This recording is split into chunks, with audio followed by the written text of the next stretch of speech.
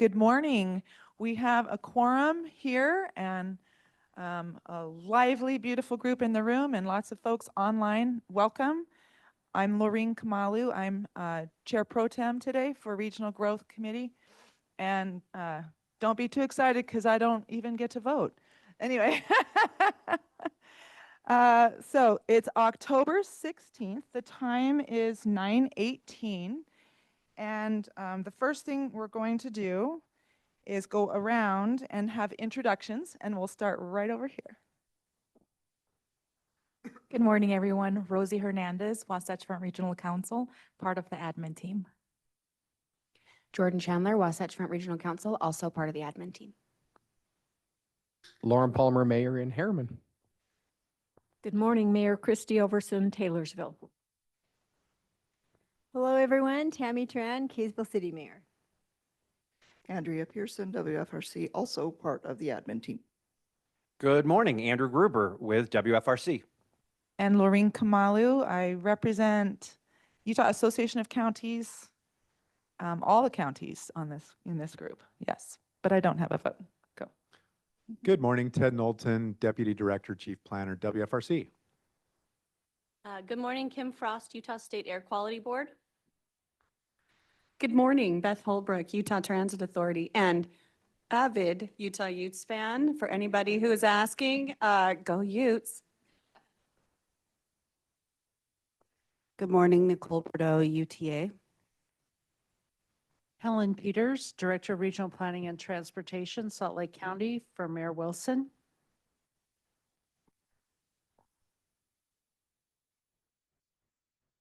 We thank you for getting the mic. We could go around on the side here. Hi, I'm Edwin Glass with WFRC. Hi, I'm Pukar Bandari, Data Scientist, WFRC. Byron Head, WFRC CED Group. Meg Pageant, Community and Economic Development Director, Wasatch Front Regional Council. Eric Chaston with UDOT. Mike Romero with UDOT. I'm Jonathan Weidenhammer, the Community and Economic Development Director for South Salt Lake City. Chandler Butler with UTA. Todd Taylor, Planner with Draper City. Kelly Chalberg, Assistant City Manager, Draper City. Mike Barker, City Manager, Draper City. Matt Ryan, Community Planner with NCD at WFRC.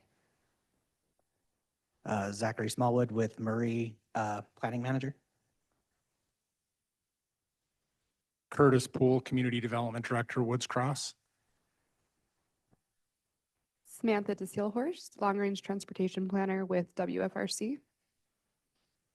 Madison Aviles, Local Administrative Advisor with WFRC. Miranda Jones-Cox, Government Affairs, WFRC. John A. Nardone, Communications Manager with WFRC.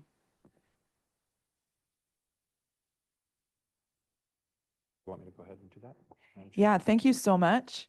Now, Andrew, on his computer, he's able to see everyone who is joined online. And so we'll let him go ahead and have those folks introduced. Okay, thank you so much, Commissioner. I'm just going to turn to the folks online by name and ask you to briefly introduce yourselves. Let's start with Julie, then Mayor Zoltansky, then Ben Hewitt.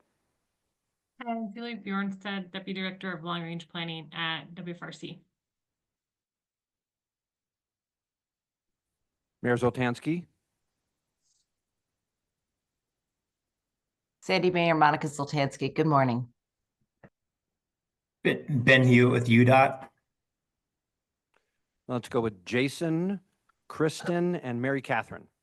Jason Lethbridge, Development Services Director with Riverton City. Kristen Cordova, Executive Director with ULI Utah. Mary Catherine Perry, Executive Vice President of Public Policy and Government Affairs for the Salt Lake Chamber. Mayor Stanger, Commissioner Bolos, and Steve. Mayor Stanger, Clinton City. Sharon Bolos, Commissioner Weber County. Steve Pastrick, Community Development Director for West Valley City. And then Mayor Ramsey, Mayor Lang, and Councilmember Stroud. Don Ramsey, Mayor, South Jordan City. Karen Lang, Mayor, West Valley City. Allison Stroud, Sandy City Council Member. And then Jory and Ivan. Jory Johnner, Director of Long Range Planning, WFRC. Ivan, can you hear us?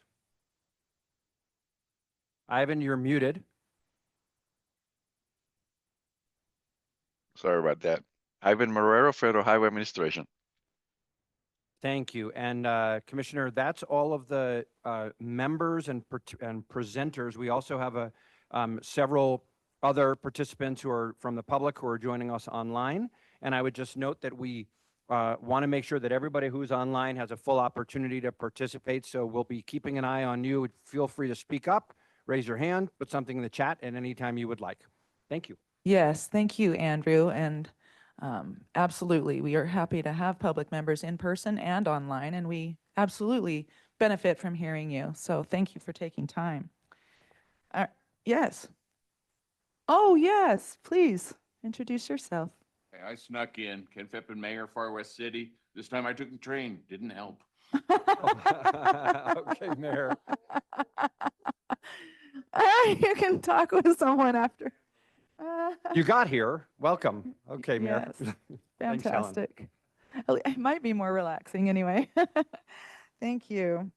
Okay, we do have an action item here. We have minutes that everyone has received ahead of time for the regional growth meeting held on August 21st, 25.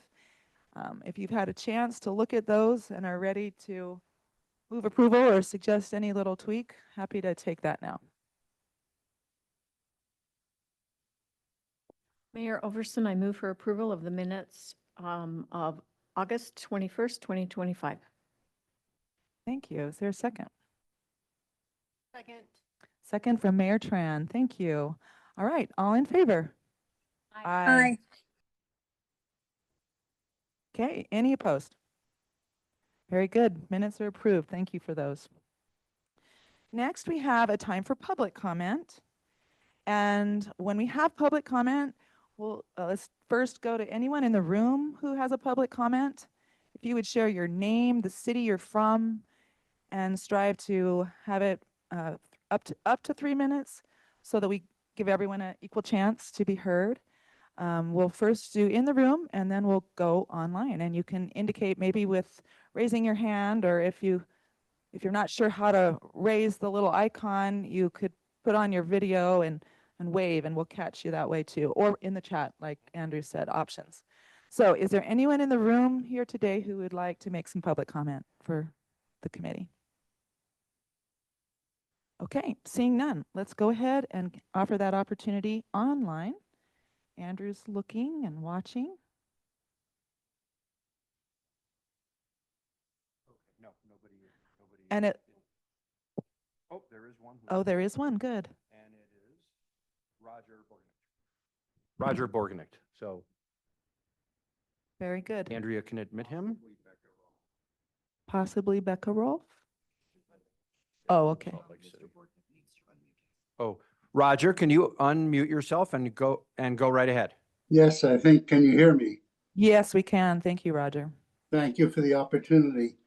These comments are in opposition to Amendment 4 to the Wasatch Front Regional Council's 2023-2050 Regional Transportation Plan that fast tracks widening of the Legacy Parkway by adding a third lane in each direction.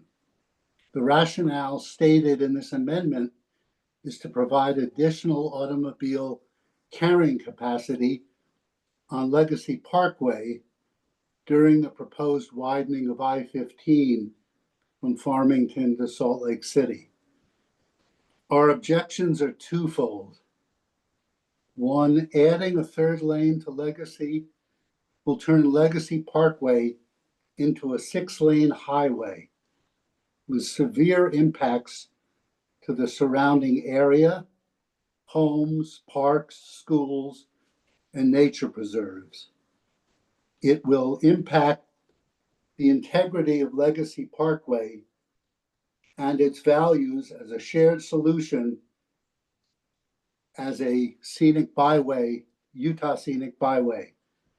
The heavily used legacy bike trail experience for family and recreationalists will be greatly harmed by this increased traffic, noise, and vehicle pollution. Secondly, I think we have an incredible golden opportunity in the double tracking of FrontRunner to introduce a frequent, reliable transit option as a preferred alternative for travel during and after I-15 reconstruction. The freeway widening project proposed for I-15 from Farmington to Salt Lake City is a golden opportunity, as I said, to promote a preferred alternative for travel during reconstruction and after by taking advantage of the now underway double tracking of FrontRunner. And I believe that the construction of widening of I-15 as proposed should only occur after the upgrades to FrontRunner are now underway to increase the frequency and reliability are an option. I think, as you know, these upgrades will provide the ability to have 15-minute service at the peak travel times, and that is key to making FrontRunner a preferred alternative for travel up and down the Wasatch Front for many. Thank you for the ability to comment. Roger, thank you so much. And I think I just recognize your voice from a month ago or whenever that was. You were able to attend in person, I believe, the last time. That's you, right? Yes, that's correct. Yes, thank you so much. And what city do you reside in, please? Sorry, I'm in Salt Lake City. There you go. Thank you for engaging and for your thoughtful comments. Appreciate Yeah, it. and these comments were from Utahns for Better Transportation and Friends of the Great Salt Lake. Okay, very good. Thanks for Thank representing. you. All right, is there anyone else online? We're not seeing anyone. Okay. All right, with that, we'll close the public comment period. Now we have a chair's report, and excited to hear about Center's work. And Center's work refers to a reflection on the progress of the Wasatch Choice Vision. Ted Knowlton, the Deputy Director at Wasatch Front Regional Council, will share significant progress on this. And Ted, we'll turn it to you. Commissioner, thank you so much. We're going to start with a video that talks a little bit about the progress, and then I'll jump in after that. So Jordan, go ahead and play that video, and I'll make my way to the front.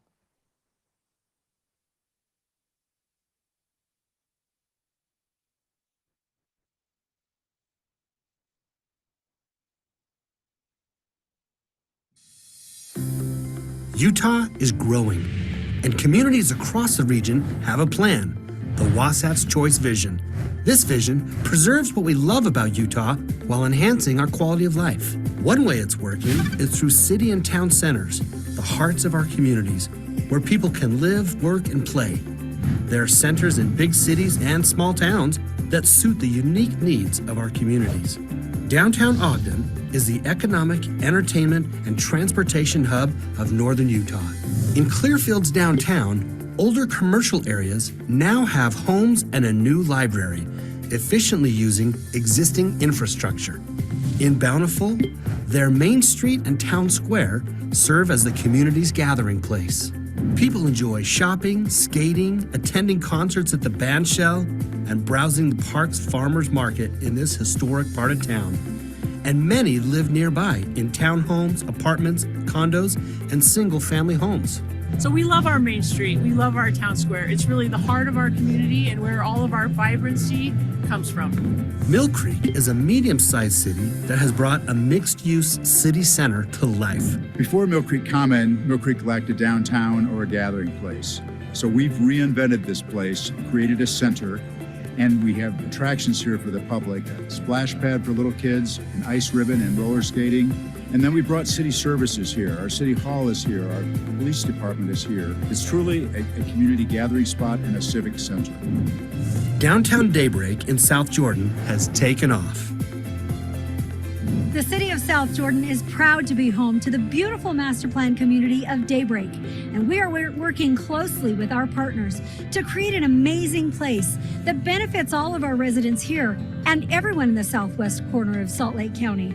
We are creating a regional hub where you can live, work, play, dine, shop, and we're trying to make sure it's easy for everyone to get to. Pleasant Grove's Main Street is core to the city's identity, and they've added an exciting new city park for families.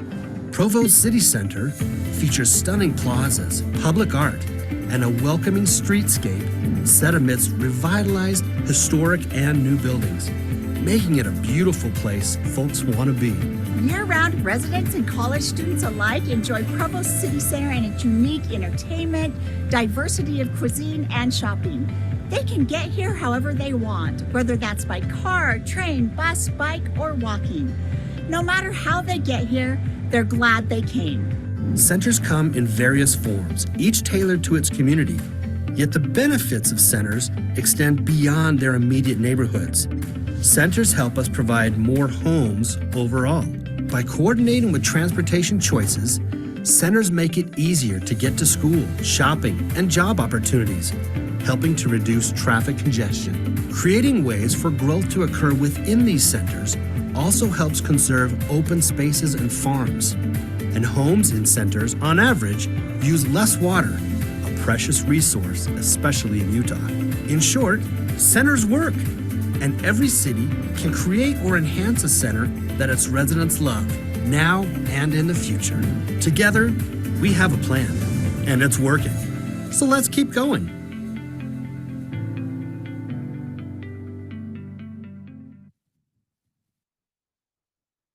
So as Jordan pulls up, yeah, isn't that awesome?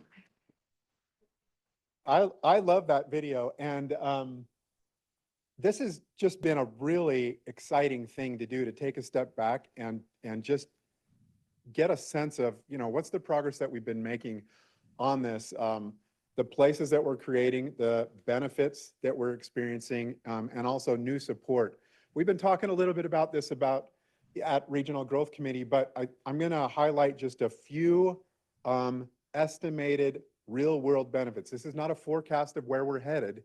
This is the benefits that we enjoy from almost 20 years of coordinating land use and transportation through the Wasatch Choice Vision. The first thing that and we call this reflection centers work, as the commissioner noted. One of the things that's really notable right off the bat is that these centers, these city and town centers, they take a different form based on the unique characteristics of each city. My entire career, when I have talked to cities about this idea of a main street or a city or town center, just about every community says, I want to create that in my community. What's happened recently, just over the last 15 years, is that we have seen the actual on-the-ground progress really mushroom. And so just in the last 15 years, this is the number of housing units. There's a commensurate level of employment, but this is the number of housing units in city and town centers. And so 15 years ago was 74,000 housing units, like those in downtown Salt Lake, as an example, but also in smaller communities like Brigham City. And you can see how that number has doubled just in the last 15 years, which is a very significant rate of progress. It's growing even more recently, just over the last 5 years. And we have taken that look at, okay, we're getting these across city to city. They're coming out of the ground, new ones and enhancing old ones. And these are the estimates of the benefits of doing what you're looking at. What you're looking at is there are different kinds of centers in different communities. It's not intensity everywhere. It's focused activity coordinated with transportation opportunities. And by doing that, we're preserving the quality of single family neighborhoods, and we're enabling more of that green rural or open land to not have to be developed as fast. So it's part of this approach of creating a broad variety of choices for how people can get around and the type of housing that they choose to live in.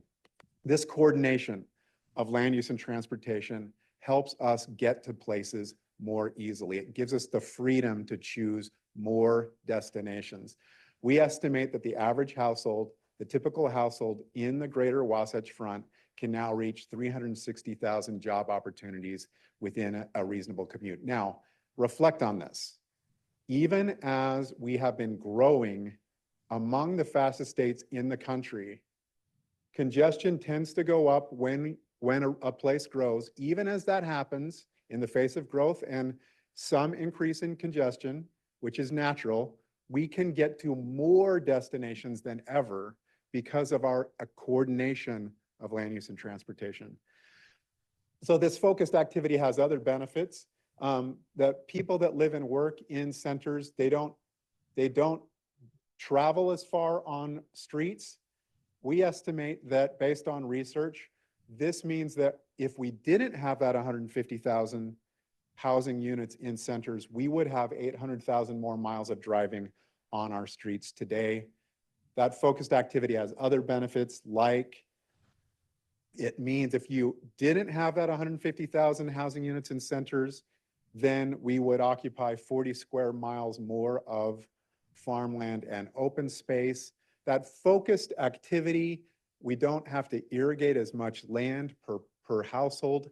For people that live and work in centers, that saves us quite a bit of water, 30 million gallons of water per day. There are just a myriad number of benefits. It's this remarkable confluence of communities creating a great gathering place that also has regional benefits.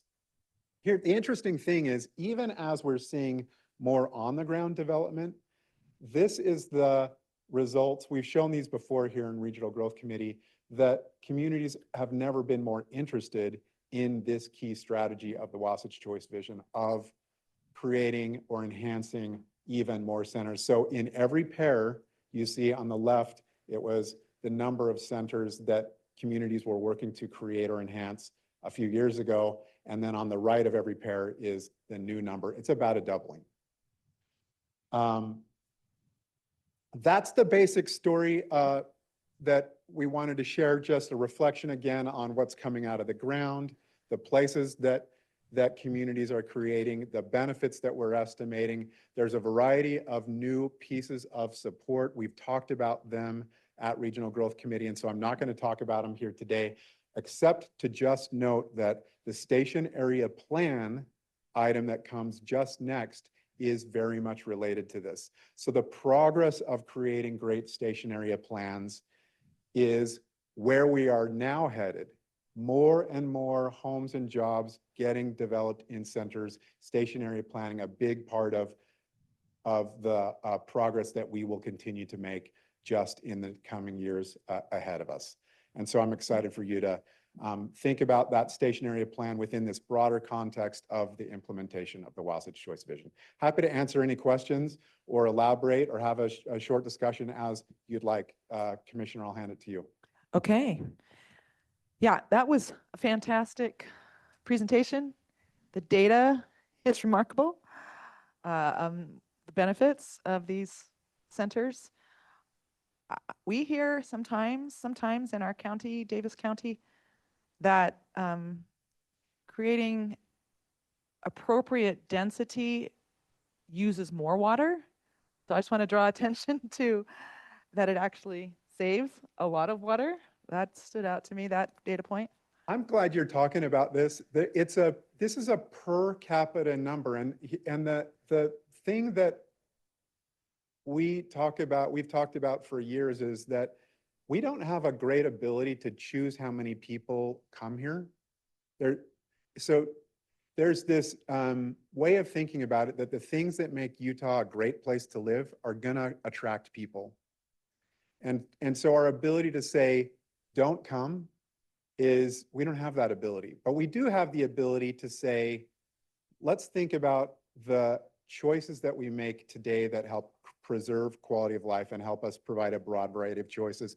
So if some people choose to live and work in a center, and we're providing those opportunities, and then because they're living in that center, they're not using as much water, then if we didn't have those centers, they might be living in another location and not have that choice, and then they'd have to use more water. So there's a substitution effect. Yeah. You know, less water per capita in a center is reducing usage for that reason. Even though per acre it's higher, it's the per capita story that I think really counts. Yes, thank you.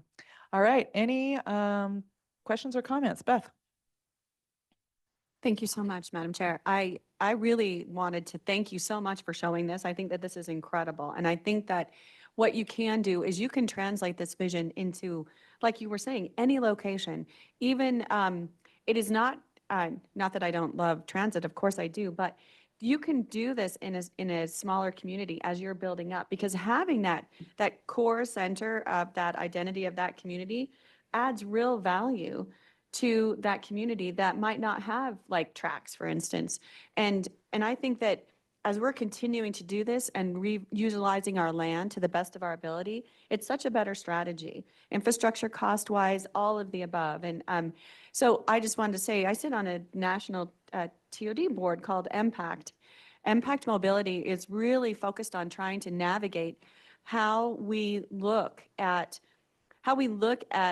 land use in conjunction with all of the transportation needs. Very much, we are so ahead of the times, FYI, because that is not something that many communities are doing across the country. And so I know that this is not always an easy lift for everybody here, but it is really valuable. And I just wanted to commend everybody who is working really hard within their communities to do this type of strategic planning, because I think this is really going to pay off in the future. Thanks. Yes, thank you. Any other comments? Not seeing any in the room or online. I just want to give a shout out to, particularly in the urban parts of Utah, planning and zoning is largely a city function. And local government does work hard and often will take some heat for making some of these recommendations and changes, and planning commissioners as well.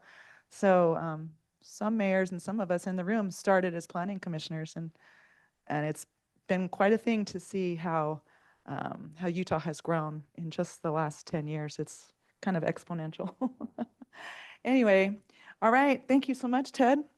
So we'll move into the station area plan certifications. Considering certification requests for station areas in these following cities, this is so exciting: Murray, Riverton, Draper, South Salt Lake, West Valley City, and Woods Cross, in accordance with the station area plan program. And we're also really happy to have representatives from each community here and online. So first, let's turn it to Byron Head with Wasatch Front Regional Council to introduce the item. Thank you, Commissioner. Good morning, RGC. As was mentioned, we have station area plans and resolutions from 6 communities. They represent 14 of our station areas that we'll be considering today. And as Ted mentioned, station areas are centers. These are great places, key places to absorb this growth that we're always talking about. They're the hearts of our communities, and they come in all shapes and sizes. We have neighborhood centers that are right next to track stations, city centers, urban centers, and metro centers, of course. A refresher on the kind of requirements from the legislation regarding station area planning. They need to consider the area that's a half-mile radius around a rail station or a quarter-mile radius around BRT stations. There are 4 objectives that need to be promoted substantially by these plans, and there are some required components probably the most important of which is the 5-year implementation plan to kind of turn the plan into action once it's adopted. There are two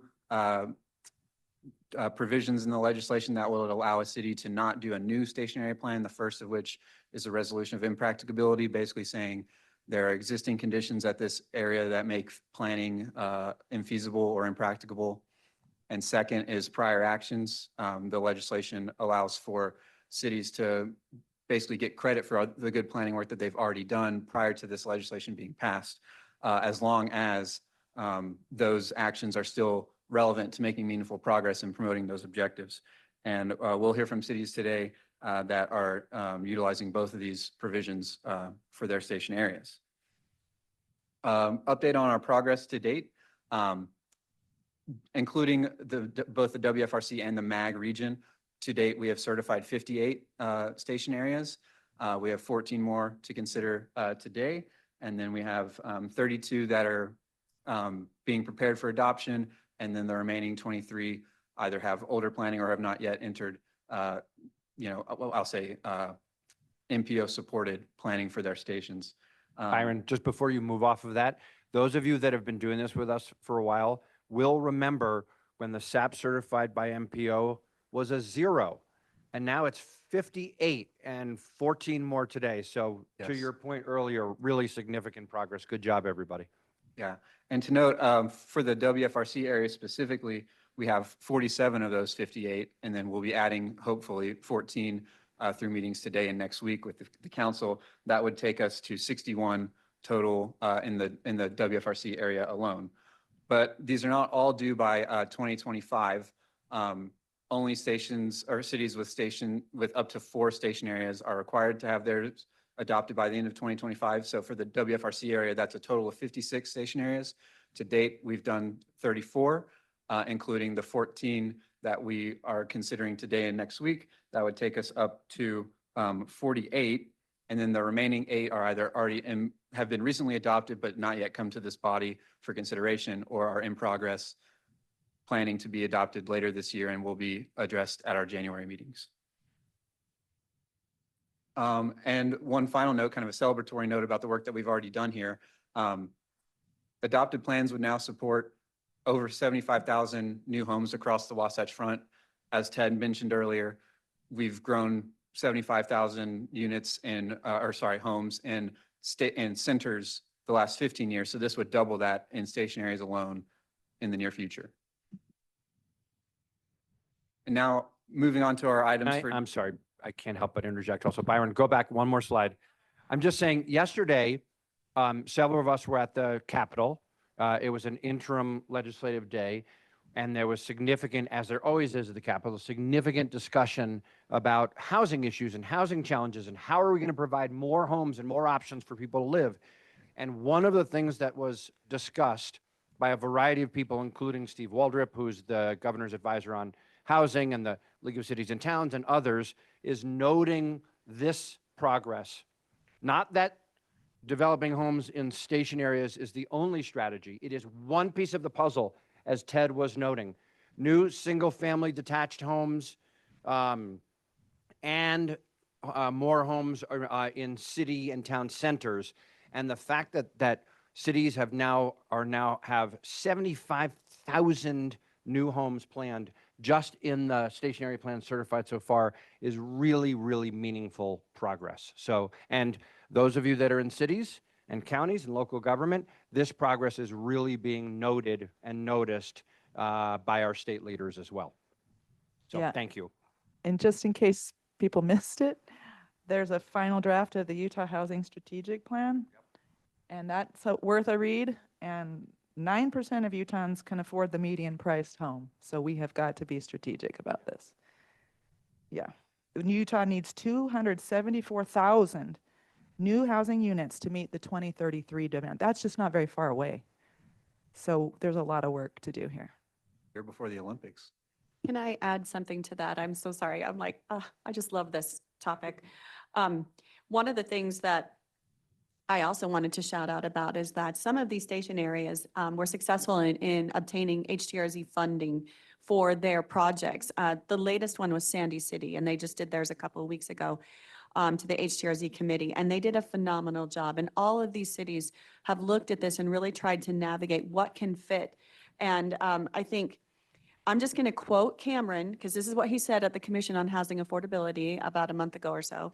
This is the gold standard of how to do tax increment capture. So these station area plans are really laying the foundation of what can be done in your community moving forward. And this could not, again, be done without all of this work that everyone is contributing to. And the real value is going to be able to kind of to strategize to how to put a dent in that deficit of housing that we need, because we do need it quickly. So thank you. Thanks, Right. Beth. We can't, I mean, this is the group to talk about it a lot, so I appreciate people speaking up. Yeah. All right, Byron. Great discussion. All right, moving on to the items we have before us today, the cities in particular. We have two cities that are bringing resolutions of impracticability for 3 station areas. And just an organizational note, we have set this up to address all cities' plans and resolutions in one motion at the end, but if you would like to do it individually, we're more than happy to accommodate that. But moving on, first up, we have Murray, their portion of the East Atherton MVX station area. We heard about Mayor Overson's community's work on this a couple meetings ago, but this is the Murray side of the station. If you're not sure what part of that is, it's these 2 little spots right here.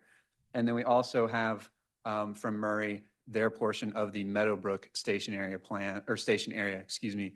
And that is here in kind of the southwest portion of the area. We are joined today by planning manager, Zach Smallwood from Murray. I'll invite him now to come up and offer his comments and answer any questions. Thanks, Byron, and good morning, everyone. Murray doesn't take doing a resolution of impracticability lightly. As a planner, I believe we have to be doing these station area plans everywhere. So when we decided to do these ones, it was because there's genuine issues that I think are present there. Specifically, the BRT area. It's literally 2 parcels. I think one that Murray owns that goes in the middle of the Jordan River. So there's not much I can really do there.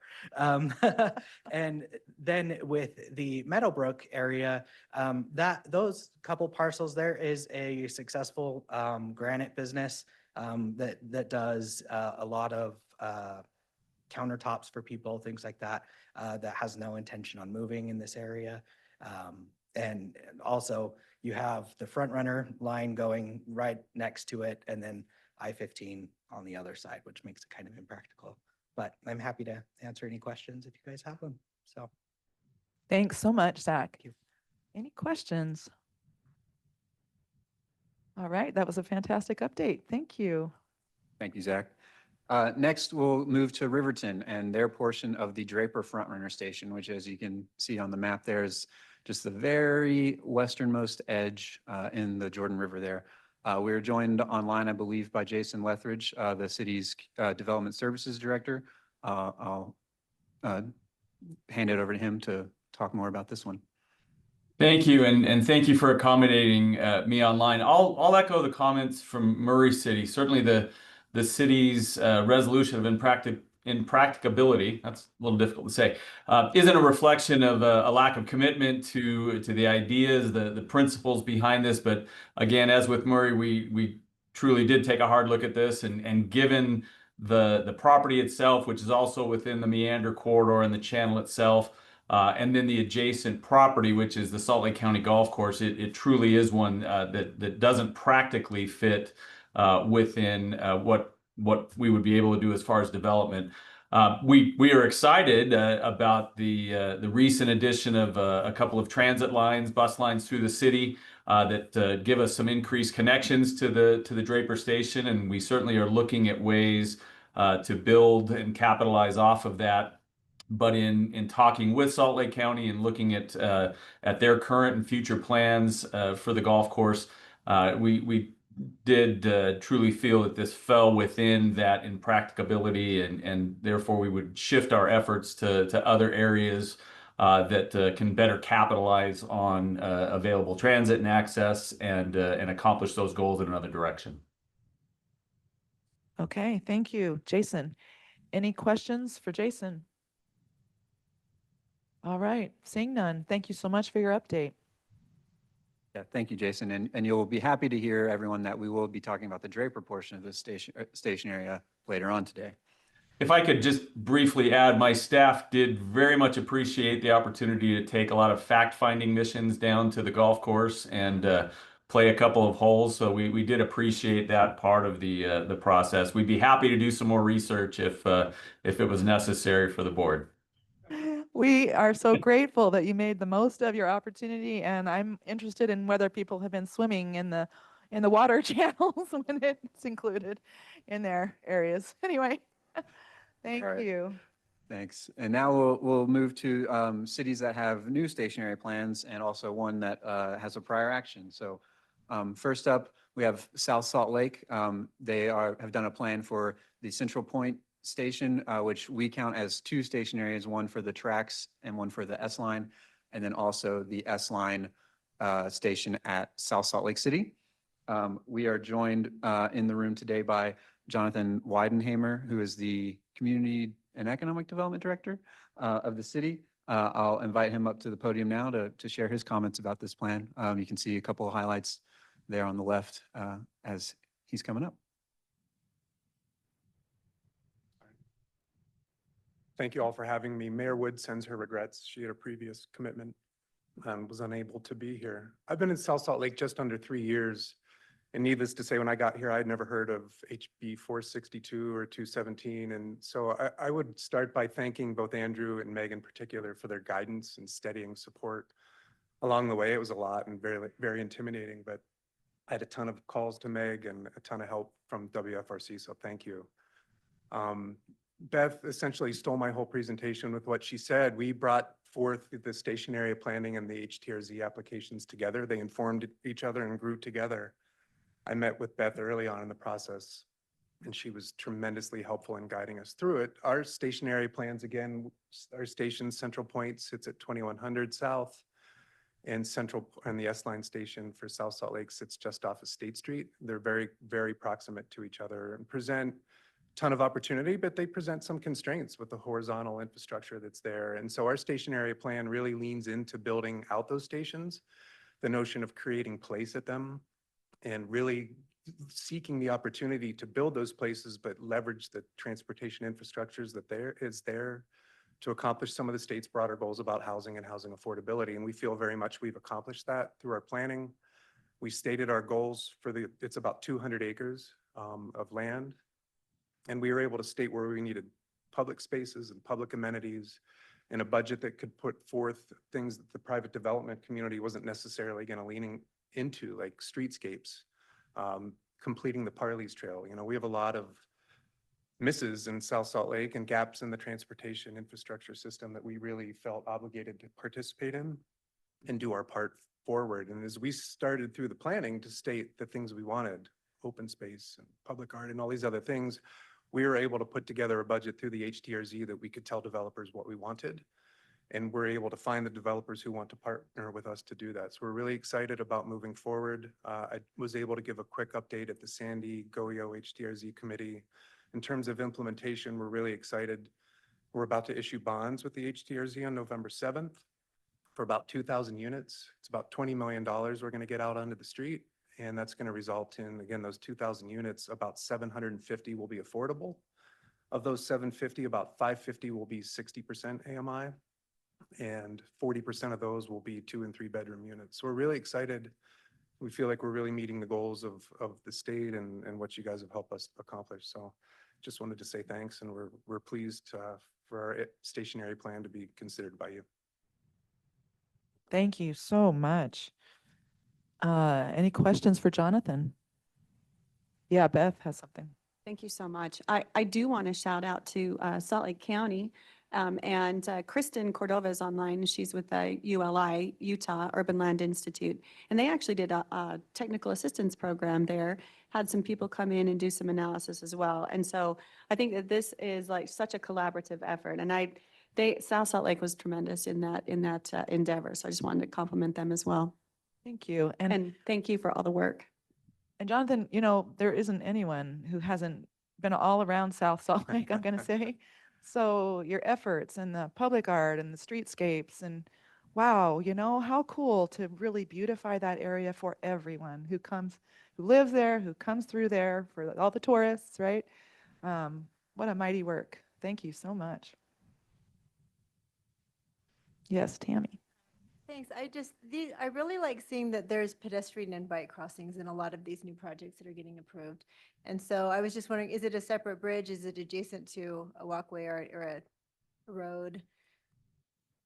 Well, I mean, in the 200 acres, we have a number of horizontal crossings of the tracks. And so we're really focused on the infrastructure there, in particular to complete the Parley's Trail.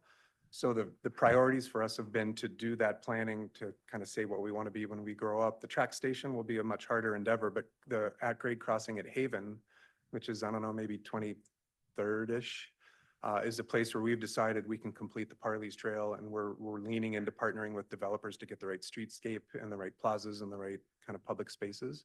Is that what you're asking? Yeah, thank you. I'm really happy to be able to see this. Saw some projects last night at COG in Davis County that have the pedestrian crossings, and it's just so nice to know that those are being planned as well. Thank you. And the one that just came out of the ground by Blazer Ventures on the corner of State Street and Central Point Place, we're actually working with UTA to re-envision the width of Central Point Place, and we're actually taking car lanes away and repurposing those into at-grade, so you're going to be right at grade with the track station. It's perfect. going to be really, really exciting. It's going to be like everything you could have ever imagined. Oh, it'll be great. Thank you.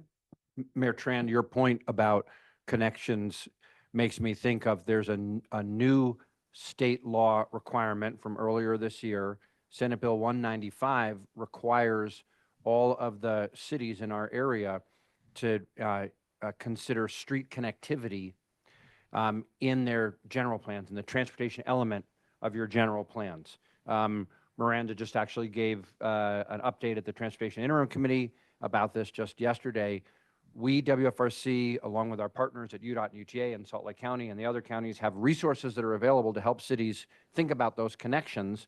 What are impediments? So if there's kids living on one side of a canal and their school is right on the other side, can they walk there, or do their parents have to drive them all the way around?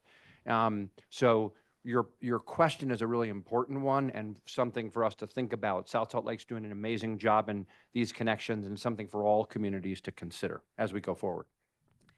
Yeah, great comment. Just one last one for me, which is, I think for people who've been to cities throughout the United States, whether they're small, mid-sized, or very large cities, it's very easy to see and to tell which areas have put in the work so that it is delightful and safe and clean to walk all around.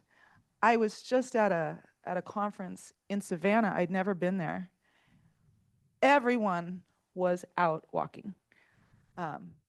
There's some sort of a university there. It's one of those places where it's, thanks for laughing. I'm not quite sure which university it was, but there were lots of cute college kids. And whether you were young or whether you were older, there were plenty of older folks walking all around that city. In our group, we had someone who was quite a bit older with a bad hip. She walked and she walked and she walked that city, as did we all. You didn't need a car. You walked everywhere. The architecture and the safety and the cleanliness and just everything about it invited tourism, which invites money, right? And anyway, we recognize we have a lot of work to do, but we couldn't do it without the help from WFRC. And as Commissioner Holbrook said, without that HTRZ tool to really get us going, it's been very meaningful. Thanks again. Thank you. Yes, there's a comment right here. Yes. Please. Can you just talk real quickly about the reasons and benefits of consolidating the tracks and S-line stations? I mean, I'm a bureaucrat, so getting a 2-for-1 is really, as good as it gets. Well, no, Oh, yes. seriously, I mean, that is a pretty easy answer, but when you can look at, I mean, they serve two very different purposes and the types of people they move and how they function, but to be able to do them consecutively or concurrently, excuse me, helped us really kind of establish some neighborhoods around them. And it helped us establish priorities by which ones we wanted to try to take down first, which ones we could get some early bang for the buck on, get some quick density at. It recognized, that the Central Point Station was going to be a much larger, bigger endeavor, and that we focused energy and effort on the S-Line one quickly. So just doing them together helped prioritize funding and effort. Yeah, thank you. And Nicole? I would just add on that's a great development and city perspective. And they work really together with UTA's service planning priorities, where you have the S-Line and our track services coming together, and those connectivities from east-west and the north-south is a huge benefit for us, as you see that connectivity throughout South Salt Lake, Sugar House Salt Lake, and the development around there, and then coming on the west side of Salt Lake City into downtown. So it's a huge connectivity piece for us, and managing that right now isn't necessarily the safest or the easiest for pedestrians, bikers, or others that would use that space. So thank you. We're excited about that. Thank you. All right. All right, we will move to our next area. All right, next up, we have West Valley City. We have two different plans or actions for West Valley. The first is a new plan that they've just adopted for 3 of their Green Line stations, the first 3 you see coming in from Central Point, where we were just at. And we are joined online, I believe, by Mayor Lang and by Community and Economic Development Director Steve Pastrick. So I'll turn to them for their comments about this project. Thank you, Byron. I'll step in unless the mayor had comments that she'd like to make. Appreciate, first of all, Byron's help in getting through the process of adopting these plans, as well as the certification process. So thank you, Byron. So in West Valley, each of our stations is quite unique. There's a variety of new development that's anticipated at each station. And so I'll start with the Fairborn Station area, which is the end of the line station, or what's referred to as West Valley Central. With that one, we actually have had a plan for over 20 years, and the city has made really significant efforts over those 20 years to assemble land and to change zoning, to put in new park space.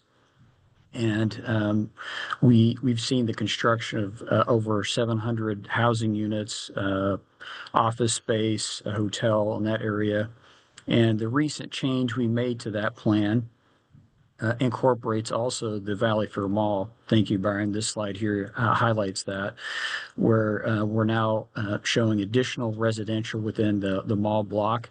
So while this plan has been in place for 20 years, we see that the updated plan can anticipate even more change, with the potential for somewhere around an additional 1,000 housing units over time. And then moving back to the other 3 stations, the one surrounding or referred to as Decker Lake, that station is just next to the Maverick Center. And so the plan here envisions more of an entertainment district with the addition of housing and up to 750 housing units within this area. Then as you move to the Redwood Junction area, this one is quite a bit different in that there's a lot of existing industrial development, which is really our strong suit in West Valley in terms of jobs. So it looks at introducing additional industrial development and then some housing where that's appropriate. So for example, we have the old Redwood Elementary School that's been closed. And so looking at transitioning that to housing, for example. And then lastly, the River Trail Station by the George River. That one is, again, largely developed. And so just looking at infill in places where there's either vacant or underdeveloped property. And again, just appreciate the support from WFRC and getting through each of these plans. Steve, thank you. Mayor Lang, we would love if you have anything to add to this. Proud of you and your team. Yes, our team did a very, very good job. We have new council members and actually new planning commissioners that had not really been through a workshop like this. And so it was a good opportunity for them to start looking at our future and what the impact really means. So we appreciate the opportunity to work on this, and I think we've come up with a good plan. Thank you. Any questions in the room or online for Steve or Mayor? Okay. Thank you very much. We'll move to the next one. All right. Next up, we have Woods Cross, which is here for their portion of the Woods Cross Frontrunner Station. This is perhaps a unique station area in that it is directly south of one of the refineries in Davis County. So that presented some difficulties that had to be overcome through the planning process. We are joined by Community Development Director Curtis Poole from Woods Cross. I'll invite him up to the podium now to share his thoughts about the project.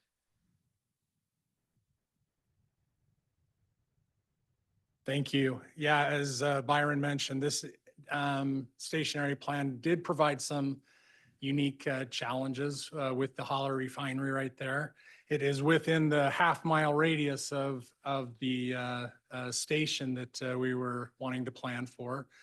And when things tend to go boom, we need to be a little worrisome about that. And the refinery would never share with us their blast radius for obvious reasons. But when you start talking about blast radius, you get a little nervous about wanting to put a lot of people near that station.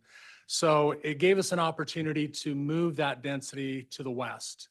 We have a wide open area out west in Woods Cross. And as you can see from this that is up on the screen, that's where we're putting more of the density, both in terms of single family homes and merging it into the high density residential apartments and townhomes.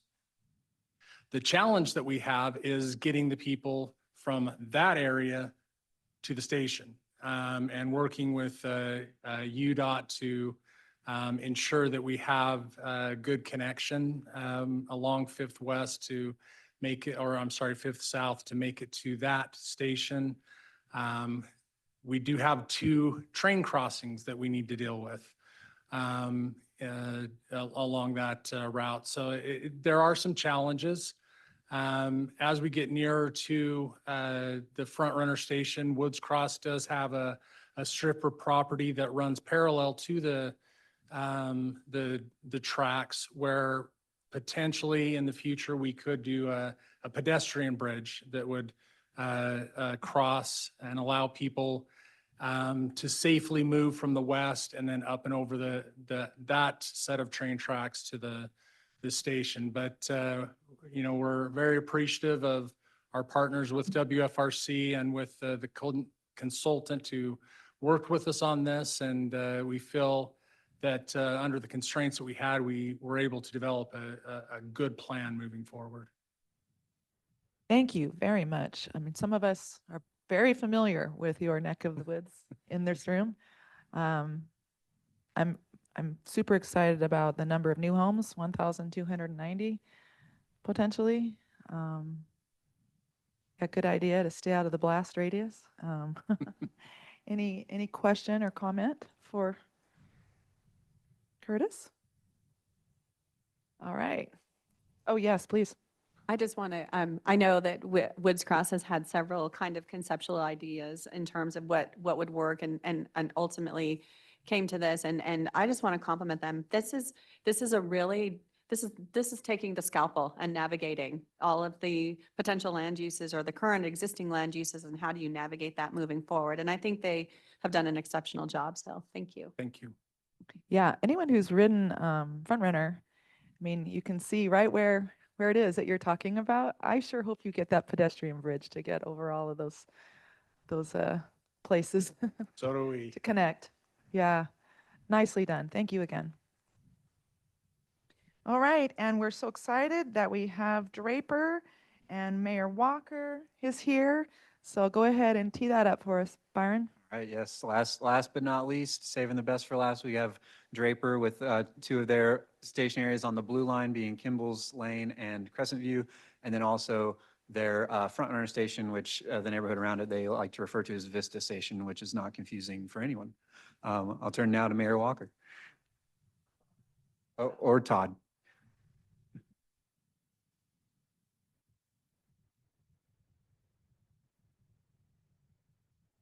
Good morning, Todd Taylor, Long Range Planner.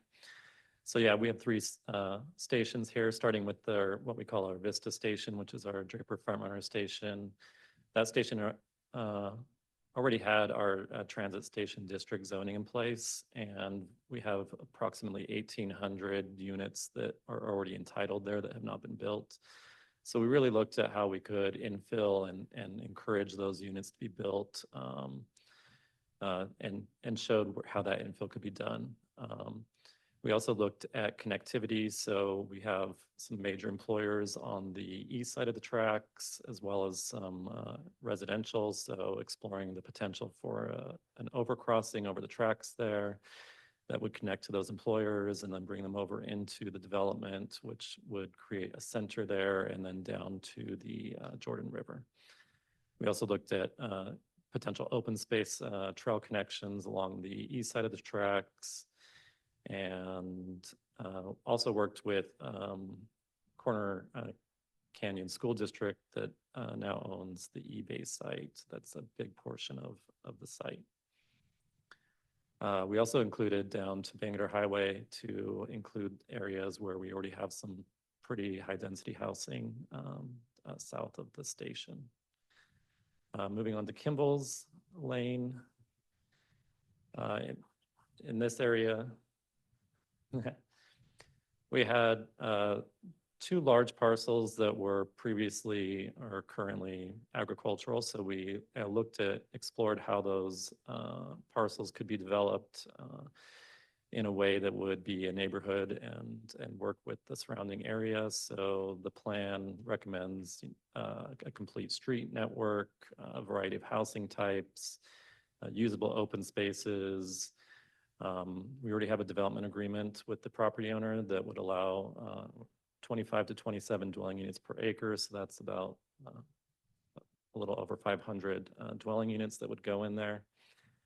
That development agreement also requires a minimum of 30 workforce housing units for affordable housing. And then this plan also explored increasing better wayfinding along the Porter Rockwell Trail, because it gets a little confusing there as it crosses 700 East diagonally. And then I also explored the potential of working with UTA to straighten Kimball's Lane and cross the tracks in a safer fashion. And then UTA does have two parking lots there. And so it explores how UTA could utilize one of the parking lots for redevelopment. And then our last station is Crescent View. We share half of this with Sandy City. They've already adopted their station area plans. So we looked at that, and the majority of our area is established stable single-family residential. We do have one sort of shopping center, the Harmons at 114 South and 700 East. We spoke with them. They were pretty happy with the way that things are right now, but we just explored the potential in the future of what could happen there, of how some housing could be incorporated with existing retail and the grocery store in a comprehensive manner. So that's our three stations. And I'll turn it over to the mayor for any final comments. Yes, Mayor. Thank you. Go back, Todd, to that front runner station, Vista Station, so we can confuse everyone. So just briefly on this particular station. So I was a council member when we created what was a transit zone. We zoned this 110-acre area, that not the whole circle, but the spot that you can see that's developed. We zoned that unlimited height, unlimited density 15 years ago. And I thought, well, if we do that, they'll build giant buildings and, big condo buildings. And they didn't. They didn't. They built what makes money, and that was 5-story office buildings, which are nice. And then, of course, they built 4-story apartments in there.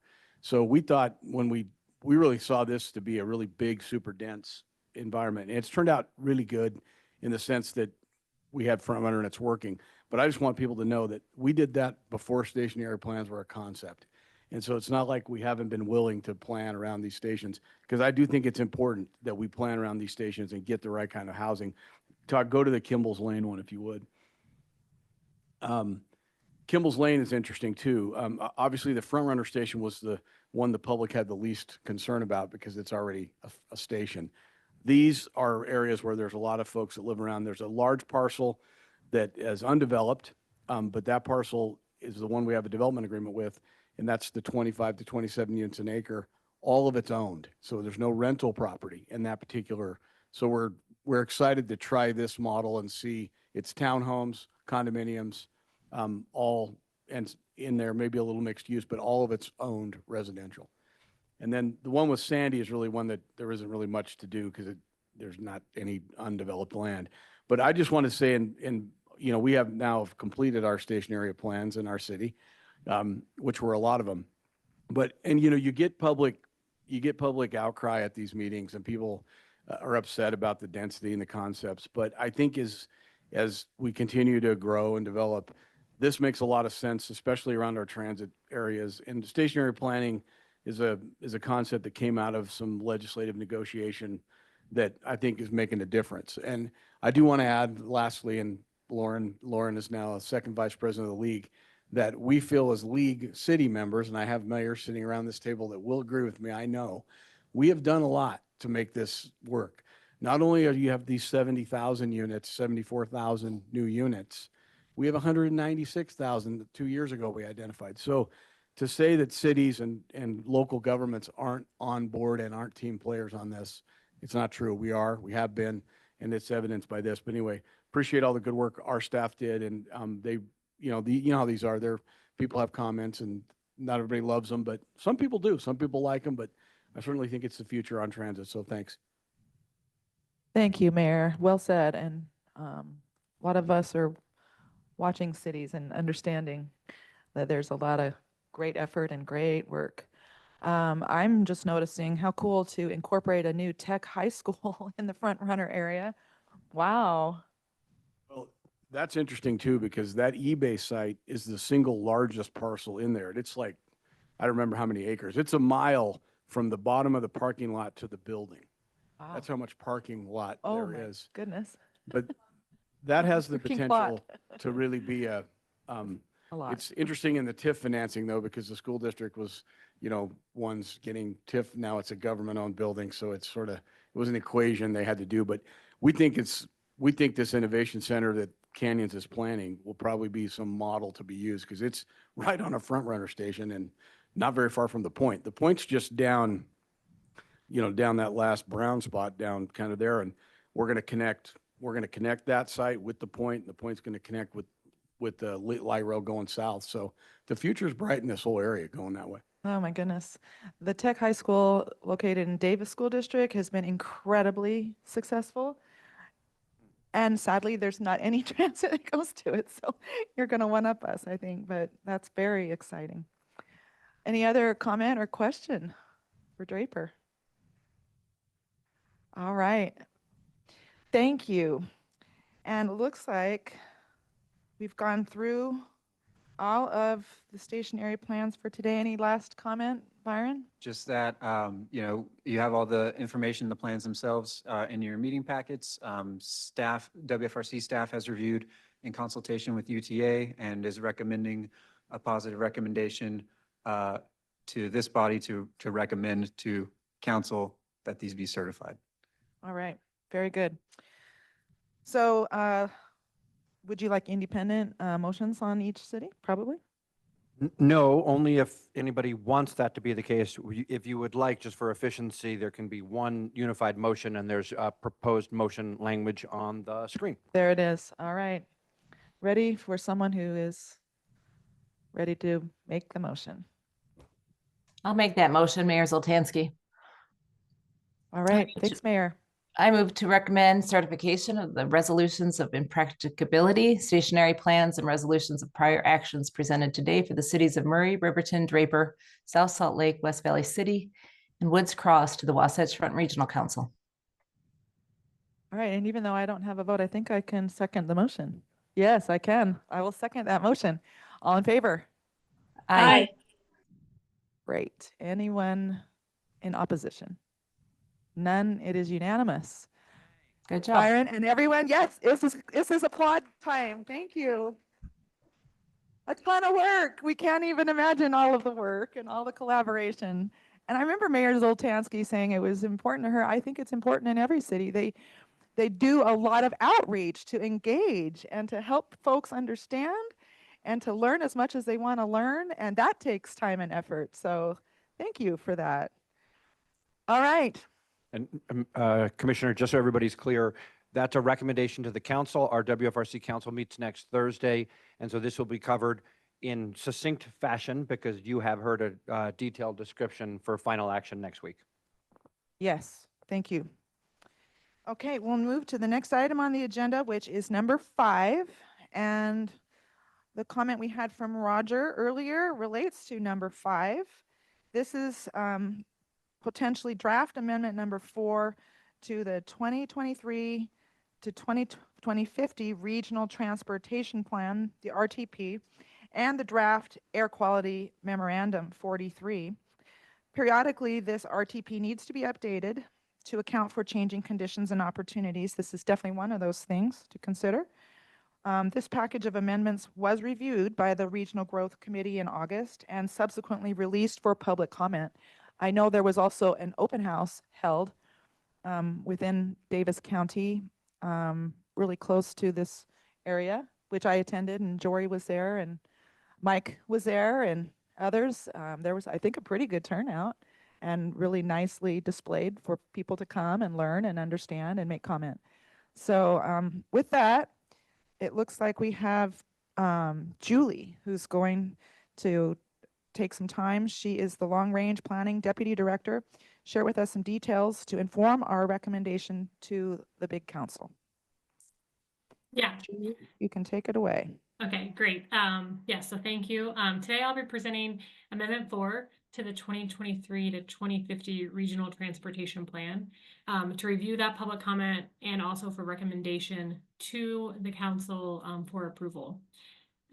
As mentioned, this is the same amendment that was presented in August. And because there's been no changes to any of these projects, this will be a slightly abbreviated presentation. As always, more details are provided in your meeting materials. Great. So as mentioned, we make periodic adjustments to the regional transportation plan when there are things such as funding availability, changes in local or state needs, modifications to land use, finalized environmental analysis, or changes to project timelines. We have an adopted amendment process. It's available online that maintains the rigor of that planning process, including review of financial constraints, public input, and air quality conformity. So this amendment was brought to the RGC tax, the technical advisory committees in July. They reviewed and recommended that it be moved forward to the Regional Growth Committee. So we presented it at our August 21st meeting. You guys opened it for a public comment period that started in late August. And after reviewing those comments here, we will be asking you for recommendation to the Regional Council for approval at their meeting next week. So there were 3 projects in this amendment. All have been requested by UDOT, who is here at RGC, I think both online and in person, to offer any other information if needed to help address any questions that you might have. The first project is the Legacy Parkway widening in Davis County. This project adds a travel lane in each direction. And I want to note that this project is currently in the 2023 to 2050 RTP. But this amendment would move it to fiscally constrained phase 1. It updates the project costs and it changes the new additional lanes from high occupancy toll lanes to general purpose lanes.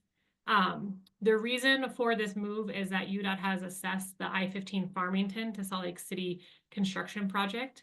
And they've concluded that moving Legacy Parkway widening to phase 1 would allow for better traffic flow during the I-15 construction, a 9-month to 12-month shorter construction time, a cost savings of roughly $200 million, and safer working environment for those that are building the I-15 project. The cost savings from the I-15 project would enable the acceleration of this project, the Legacy Parkway widening, and it is funded through the Transportation Investment Fund, or TIF. And the cost is significantly lower than would be required if UDOT had to maintain traffic flow on I-15 without the additional lane on Legacy Parkway. And also UDOT, this is the open house that the chairwoman mentioned, recently concluded its public comment period for the state environmental study and is expected to finalize that study soon. The second project is the widening of I-15 in Box Elder County. This project is also on the 2023 to 2050 RTP, but this amendment would also move this project to phase 1. Currently, we have 2 projects on this segment of I-15. One is an operational passing lane to be built first, and then a widening of the road later on. So this proposal would combine these 2 projects into one project, moving the widening up to phase 1. And part of the reason for this is that there's a significant amount of truck traffic that's in this area. And UDOT, through studying this segment of roadway further, has determined that accelerating the widening is a more efficient use of taxpayer funds than constructing the passing lanes now and then going back and widening the corridor. Funding for this project has also been identified by the Transportation Commission. And then the third project. I'm sorry, just before you move on, I just do want to acknowledge that Box Elder County Commissioner Tyler Vincent is on. He hadn't yet come in when we did our initial introductions, and so I wanted to acknowledge him. And of course, when UDOT proposes any of these projects, they work with the communities and dialogue about them. So just wanted to note his presence. Thanks, Julie. Keep going. Yeah, thanks. Yeah, and then the third project is that passing lanes, the removal of this project, and it's being replaced by the widening project that I just mentioned on the previous slide. So those are the 3 projects. And a reminder that at the August RGC meeting, you approved the opening of a public comment period. That public comment period was held from August 22nd to September 22nd. And we also sent notification to the relevant county councils of government members as well. We received 9 comments on the amendment. Those comments were included in your meeting materials. 6 of them were made on Legacy Parkway. 2 were made on the I-15 widening project in Box Elder County, and 1 was made on the air quality conformity memorandum. All 9 comments expressed concern about the proposed amendment, in particular opposed further widening of freeways. So these comments were forwarded to UDOT Region 1, as well as the Legacy Parkway environmental study team for review. And we just want to note that we value all comments that are offered throughout these public comment periods. And in talking with UDOT, WFRC and UDOT continue to recommend the approval of this amendment, given the benefits of these projects that we just went over, including better maintenance of traffic, shorter construction time, safety for construction workers, and as well as cost savings. So I'll open it up. We do have a suggested motion here. I'll open up to any discussion that you'd like to have before recommending the suggested motion. Thanks, Julie. Commissioner, can yes. I interject just briefly that I know Ben Hewitt, UDOT Deputy Director, is online, and we have several of the staff project managers from UDOT. So I just wanted to acknowledge if they wanted to offer any more commentary in addition to what Julie said, and just note that they're available for comment also. I see Ben has unmuted himself. That sounds really good. Ben, go ahead. Yeah, I just wanted to just make a brief comment on, because I know that there was questions on the Legacy Highway adjustment on timing within the regional transportation plan. And just to add a little bit more detail, so this project is widening to the median of Legacy Parkway. So within the existing roadway footprint, which avoids impacts to regulated or protected environmental resources. We are going through the process and following the noise policy, which includes coordinating with the public and making adjustments based on those on that public input to balance that mitigation with public input. And that, you know, this project is part of the larger approach of, you know, the I-15 project, the Legacy Parkway, and then we are in, you know, partnership with UTA working on the double tracking of Front Runner and Davis Salt Lake Connector bus service as well. So it's part of that larger approach. So just to give a little bit more background there on that project. Yeah, that's helpful, Ben. Thank you for making sure we all know about those. Yep. Is there anything else, Mike, you want to add from UDOT? You're good? Yes, I think so too. All right, then let's have any either questions or comments from the committee members.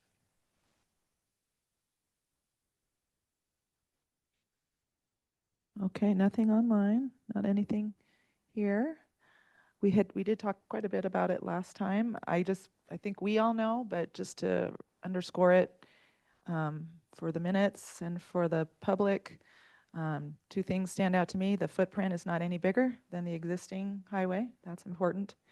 And also, I had not realized in our last RGC meeting that this was already in the plan for this highway, but it made sense because of the growth all around that whole region, right?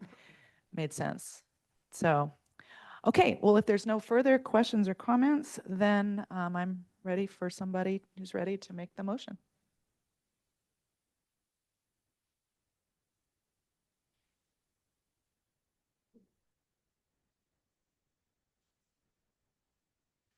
I make a motion to recommend approval of the level 3 full amendment projects and the air quality conformity determination is found in draft air quality memorandum 43 for amendment number 4 to the 2023-2050 RTP by the Wasatch Front Regional Council at the October 23rd, 2025 meeting. Well done. Yes, thank you, Mayor. And then was there somebody online that you noticed? Mayor Stanger. Mayor Stanger. We're pointing at you on the computer. Were you gonna, did you want to say something or second? Oh, can't hear you. Okay, yeah, we can't hear you. Sorry, Mayor. I'll second. All right, thank you, Mayor. Remind me, I can't quite see your last name. Pippin. Yes, I know who you are. Thank you, Mayor Pippin. Okay, for those who can vote, all in favor, please say aye. Aye. Aye. Aye. Aye. Aye. Okay, very good. Is there anyone in opposition to this motion? All right, it is unanimously approved to move then to the full body of the board. All right. Thank you, Julie. Thank you. And everyone who's worked hard on that and who reads and cares about the engagement and the comments. I have seen things tweaked and changed because people show up and care, and I think that's awesome. So next we'll go to the Wasatch Choice Vision Workshop Preview. The annual in-person Wasatch Choice Vision Workshops are being held from October 14th to November 24th, jointly hosted by Wasatch Front Regional Council, UDOT, UTA, and the Utah League of Cities and Towns. So that's a fantastic collaboration. These workshops will gather input on proposed transportation improvements for the 2027 to 2055 Regional Transportation Plan. So let's hear from Samantha DeSeelhorst. Did I say right? Wasatch Front Regional Council Planner for this preview. Thanks, Samantha. You got the last name right, which Yeah, no one ever does. So I'm very impressed. Thank you. Well, you did a great job giving some background on this. I'll add just a few more details, and I'll note here we have the map pulled up on the screen. It may be a little bit hard to see depending on where you're in the room, but it was also linked in the packet. And this just gives an overview of the now 7 remaining workshops that are going to be held. So you can find your community on here and kind of see when and where yours will be. I'll talk a little bit about that, but wanted to just give that preface of what's behind me. So as mentioned, these workshops are a really unique opportunity for communities to come together. They're designed for elected and appointed officials, for staff from your communities to interface one with another and enjoy catching up for one, and then for two, provide feedback on our transportation system, including roads, active transportation, and transit. I enjoyed attending these workshops for many years in a former capacity when I worked as a planner for different Salt Lake County communities. And I'm very pleased to still be able to go just on the WFRC side. So a little bit of a preview into what this year's workshop will focus on. Each year, the workshops delve into whatever step we are currently at in developing the regional transportation plan, which you'll hear us talk about as the RTP. So last year, if you'll recall, they focused on gathering really broad brushed, high level concepts for transportation projects across our region. And then we've been evaluating those through our criteria from then to now. And this year, we're going to focus on bringing back to you these projects in what's called the draft preferred scenario of kind of, here's where these projects are at, here's the ones that have been passed through our evaluation and why, and get your feedback on that. So that's what you can expect for this year's focus. So as I mentioned, there are eight workshops total. We had our first one up in Box Elder County on Tuesday. It went really well. We had great attendance, received some very helpful feedback on what we were presenting. So we'll have 7 remaining workshops. We have 2 next week. And just want to kind of put a little call to action here. If you do not have these on your calendar, please let us know. They come from Jordan Chandler, so you can look for her name in your inbox. And if you need it resent, or if there are key members of your staff who you want to make sure are attending, just reach out and we can make sure those invitations are pushed out. So with that, are there any questions from the committee? I think a lot of us have been to these. Ted, you want to say something? And I'll just note, so this is feedback on the preferred scenario, as Samantha said, and then the Regional Growth Committee, after this round of workshops, is gonna get a summary of all of the input and reflect on the overall preferred scenario in your capacity as the steering committee, if you will, for the regional plan. So that'll be some of the things that we'll engage in together in the next year. Great add. Yes, thank you. Okay, I'm not seeing any further questions or comments. I know I have seen a couple of them within Davis County go on the calendar. Great. And so I add my encouragement to people. I mean, again, people really do listen to all of the feedback, and sometimes local folks, maybe always local folks, know some detail that others don't. So it's a real opportunity.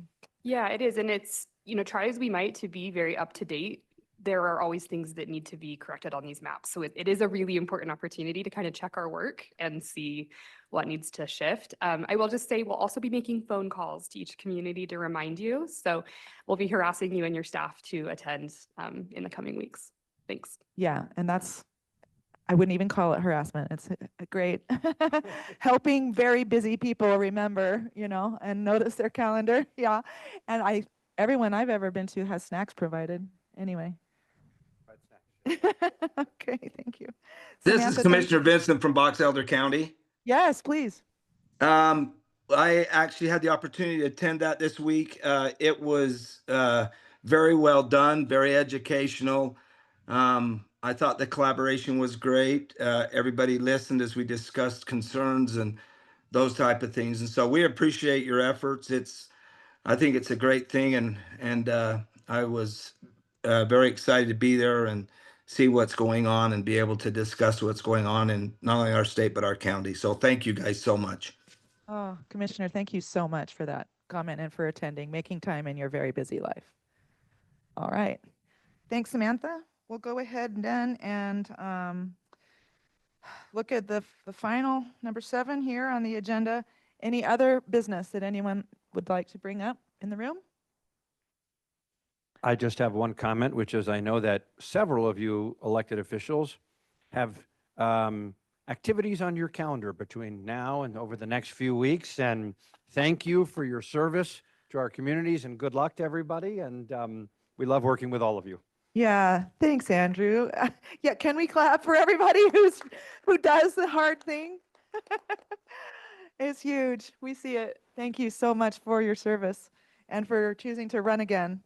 And I'll just note that the next meeting for this group is January 15th, 2026, and then there's a Wasatch Front Regional Council Board meeting next Thursday. So we're involved in that as well.